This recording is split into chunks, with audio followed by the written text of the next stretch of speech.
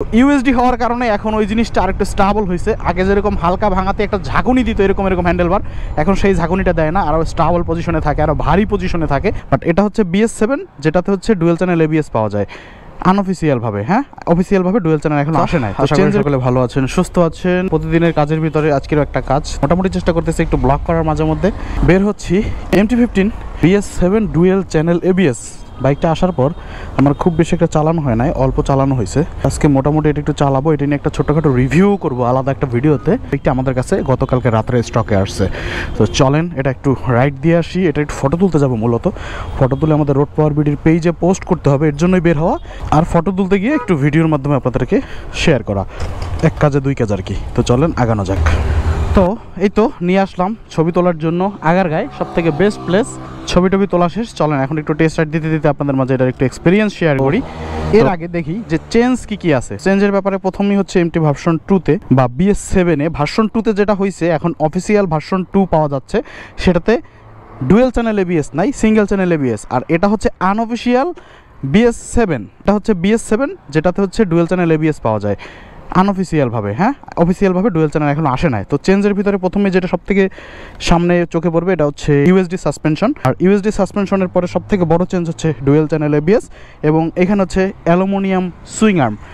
আরও ছোটোখাটো কিছু চেঞ্জ আছে, যেমন এদিকে ইন্ডিকেটর চেঞ্জ আছে, মিটারে হালকা চেঞ্জ আছে। তো এগুলো হচ্ছে কি মাইনর চেঞ্জ। আমি যে কথাগুলো আপনাদের বললাম এখন, এগুলো হচ্ছে মেজর চেঞ্জ। আর মেজর চেঞ্জ হচ্ছে মেইন ব্যাপার, মাইনর চেঞ্জ নিয়ে কারো মাথা ব্যথা নাই।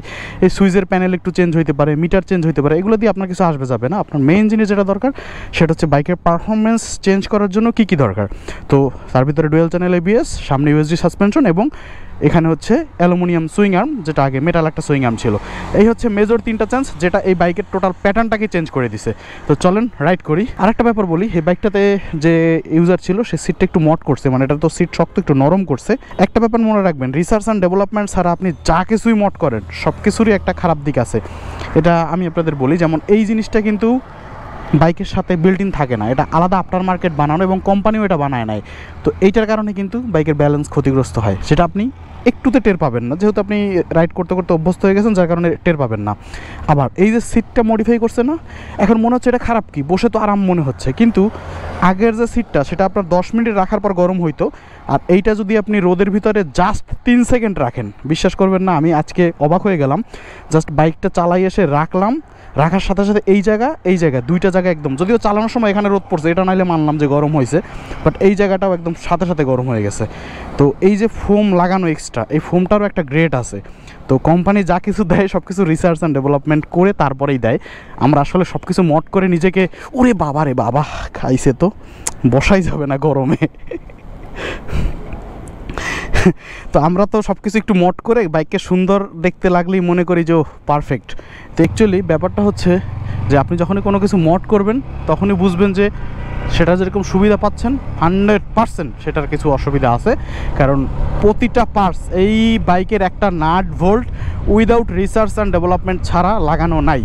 একটা কোম্পানি বাইক চাইলেই লঞ্চ করতে পারে না, এর পিছনে অনেক পরিশ্রম আছে, অক্লান্ত পরিশ্রম। যেহেতু ফ্যাক্টরিতে কাজ করে আসছি, ওই এক্সপিরিয়েন্স থেকে শেয়ার করতেছি আপনাদের মাঝে। যাই হোক, ওটা বলার বিষয় না, বলার বিষয় হচ্ছে এই বাইকের পারফরমেন্স কেমন বা কী পরিবর্তন ভার্সন 1-এর থেকে। তো আমি কিন্তু ভিডিওটার শুরু একটু আগেই বলে দিয়েছি যে কী পার্থক্য আপনি অলরেডি চালাইতে গেলে পাবেন, এটা করে নতুন করে বলার কিছু নাই। আবারও আপনাদের মাঝে একটু হালকা করে টাচ দিয়ে দেই যে সব থেকে মজার ব্যাপার কি, USD সাসপেনশন হওয়ার কারণে সব থেকে যে জিনিসটা ভালো হয়েছে সেটা হচ্ছে ব্যালেন্সটা আরও বেটার হয়েছে। MTর ব্যালেন্স কিন্তু এমনিতে দুর্দান্ত ব্যালেন্সের বাইক, তার উপরে এখন ব্যালেন্সটা আরও ভালো হয়েছে। বিশেষ করে যেহেতু MT নেকেট একটা বাইক, সামনাটা একটু এইদিকে চাপানো, মানে একদম কাছে আর কি হ্যান্ডেলবারের। সাধারণত CBX বা অন্যান্য বাইকে কী হয়, সামনে এত বড় একটা জায়গা আছে, একটা ভারী জায়গা থাকে, কোনো একটা ভাঙায় পড়লে মানে ব্যালেন্স করার মতো অপশন থাকে আর কি, যেহেতু হ্যান্ডেলবারটা একটু দূরে। আর এইটার হ্যান্ডেলবারটা কাছে হয়, হুট করে ভাঙায় পড়লে না মনে হয় যে বাইকের ব্যালেন্সটা হারাই ফেললাম। অ্যাকচুয়ালি ব্যালেন্স হারায় না, বাট ওরকমটা ফিল হয়। তো USD হওয়ার কারণে এখন ওই জিনিসটা আরেকটু স্টেবল হয়েছে। আগে যেরকম হালকা ভাঙাতে একটা ঝাঁকুনি দিত এরকম হ্যান্ডেলবার, এখন সেই ঝাঁকুনিটা দেয় না, আরও স্টেবল পজিশনে থাকে, আরও ভারী পজিশনে থাকে, মাটি কামড়ায় থাকে। এই জিনিসটা একদম আপনি হারে টের পাবেন। পাশাপাশি একটা ভার্সন 1 ভার্সন 2 রেখে বা BS7 রেখে তারপরে হচ্ছে যে আপনি টেস্ট রাইড দেন, একদম মানে স্পষ্ট টের পাবেন যে আসলে পরিবর্তনটা কী। এটা হচ্ছে সবথেকে মজার ব্যাপার। দ্বিতীয় হচ্ছে সাসপেনশনের ফিডব্যাকটা, হাতে যে ঝাঁকিটা লাগার ব্যাপারটা ভাঙাচোরা বা একটু বাম্পি রোডে, সেই ঝাঁকিটার পরিমাণটাও কমছে, স্বাভাবিক ব্যাপার। সাসপেনশন ভানে হলে ঝাঁকিও কমবে, ব্যালেন্সও ভালো হবে। ওকে, এটা গেল ফ্রন্ট সাইডের কথা। এবার রেয়ার সাইডে আসি। রেয়ার সাইডে দুইটা পরিবর্তন, অ্যালুমিনিয়াম সুইং আর্ম এবং হচ্ছে dual channel ABS. Aluminium swing arm হওয়ার কারণে আগে ঝাঁকিতে বা বাম্পি রোডে কোমরে কিন্তু একটা আঘাত লাগতো। এমটি ভার্সন 1 কিন্তু একটা কোমরে আঘাত দেয়। সকলে মনে করতো যে এমটির সাসপেনশন হার্ড, কিন্তু আসলে না। এমটির সাসপেনশন দুর্দান্ত লেভেলের ভালো একটা সাসপেনশন, বাট ওইটা ফিল হইতো টাল সুইং আর্ম থাকার কারণে।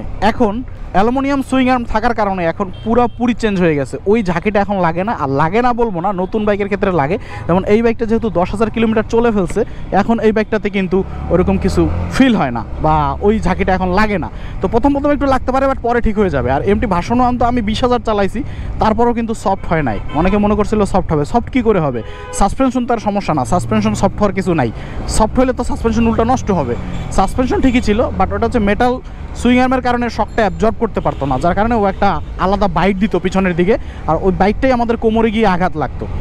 এই গেল একটা। দ্বিতীয় ব্যাপার হচ্ছে পিছনের ব্রেক এবিএস হওয়ার কারণে। এখন তো আগে সিঙ্গেল চ্যানেল এবিএসই পুরো পাংখা ছিল, এখন ডুয়েল চ্যানেল এবিএস হওয়া এই যে ধাপ করে ধরবেন আর এই যে গাড়ি দাঁড়াই যাবে, পিছনের চাকায় স্কিড করার কোনো সুযোগই নাই। আগে কিন্তু ব্রেক করলে পিছনের চাকাটা স্কিড করতো, অনেক এমার্জেন্সি ব্রেক মারলে পরে পিছনের চাকাটা হালকা স্কিড করতো, এবং যদিও ব্যালেন্স হারাইতো না, যেহেতু এটার বডি ব্যালেন্স অনেক ভালো, R15 V3-র বডি এক কথায়, তো এর জন্য বডি ব্যালেন্স ভালো ছিল। বাট ডুয়েল চ্যানেল এবিএস হয় সেটা একদম নেক্সট লেভেলে চলে গেছে। একদম এমটি এখন বর্তমানে স্বয়ং সম্পূর্ণ একটা নেগেট স্পোর্টস বাইক, বাট এইটা মানুষ কিনতে পারতেছে না এখন একটাই কারণে, সেটা হচ্ছে দামের কারণে। যাদের এমটি পছন্দ তারা সবাই এখন ভার্সন 1-এ যাচ্ছে, কারণ ব্র্যান্ড নিউ অফিসিয়াল নিতে গেলেও ভার্সন 1-এর দাম পড়তেছে 4,40,000 টাকা। আর এটা আনঅফিসিয়াল BS7, এটার ব্র্যান্ড নিউ দাম হচ্ছে 5,25,000-এর উপরে, নাম্বার সহ 5.5 লাখের মতো পড়ে যায় সব মিলে, যেহেতু আনঅফিসিয়াল বাইকে পেপার্স করতে একটু বেশি টাকা লাগে। তো সব মিলিয়ে দেখা যায় 5.5 লাখের কাছাকাছি। আবার দাম আপ ডাউন করে, ম্যাক্সিমামই বেড়ে যায়, এখনও কমে নাই, কমতে দেখি নাই কখনো এমটি ভার্সন 2-এর আনঅফিসিয়াল দাম। তো এই হচ্ছে ব্যাপার। এই যে ব্যাপারগুলোর কারণে সকলে চিন্তা করে যে এমটি ভার্সন 2 1.5 লাখ টাকা বেশি দিয়ে নিব, তার থেকে একটা কাজ করি ভার্সন 1 সেকেন্ড হ্যান্ড নেই, 3,10,20 এর ভিতরে হয়ে যাবে ফ্রেশ কন্ডিশন। তো মানুষ কিন্তু ওইটাই ট্রাই করে। এটার ফিডব্যাক বা দুইটার রেজাল্ট কিন্তু সম্পূর্ণ আলাদা। যাই হোক, এমটি বরাবরই আমার পছন্দের একটা বাইক ছিল, এমনকি CBX-এর থেকেও আমি এমটি নিয়ে বেশি ট্যুর করছি টোটাল বাংলাদেশ, যার কারণে আমার কাছে বেশি প্রশংসা মনে হইতে পারে আপনাদের কাছে, কারণ আমি এমটির ফ্যান। এক কথায় আমি এমটি এবং CBX বরাবরই আমি কয়েকটা ভিডিওতে বলছি, এমটি এবং CBX এই দুইটার আমি বিশাল আকারে ফ্যান। আপনি যদি ট্যুরিস্ট হন বা ট্রাভেলার হন।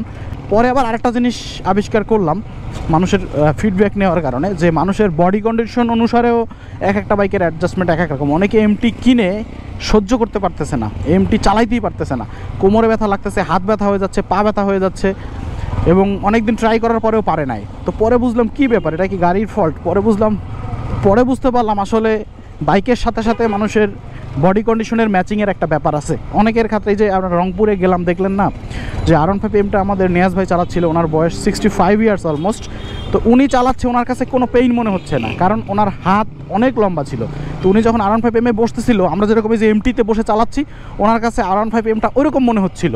তো ওনার কাছে তো এখন বেস্ট বাইক ওইটা মনে হবেই, কারণ ওনার স্পোর্টস বাইকের যে সমস্যাগুলো আমরা পড়ি, কোমরে ব্যথা বা ঝুঁকে চালানো আর হাত ব্যথা, ঘাড় ব্যথা, ওনার একটা সমস্যায় পড়তে হচ্ছে না। ওনার বডি অনেক লম্বা, এবং উনি এরকম বসলে পরে পুরো মনে হচ্ছে এমটিতে বসে আছে, সোজা হয়ে বসে আছে। তো এর জন্য ওনার কাছে একটা ফিডব্যাক ভালো লাগতেছে। এখন আপনার যদি হাত আবার বেশি লম্বা টম্বা হয়, তাহলে তো এমটিতে আপনার কাছে বসে মানে মনে হবে যে আমার হাত এত বড়, হাতটা আমি কি করব, পুরো কুজো হয়ে আছে, মানে হাতটা আপনাকে পুরো ভাঁজ করে রাখতে হবে অর্ধেক। তো তখন আসলে আবার ব্যথা হয়ে যাইতে পারে। তো বডির সাথে ম্যাচিংয়ের একটা ব্যাপার আছে।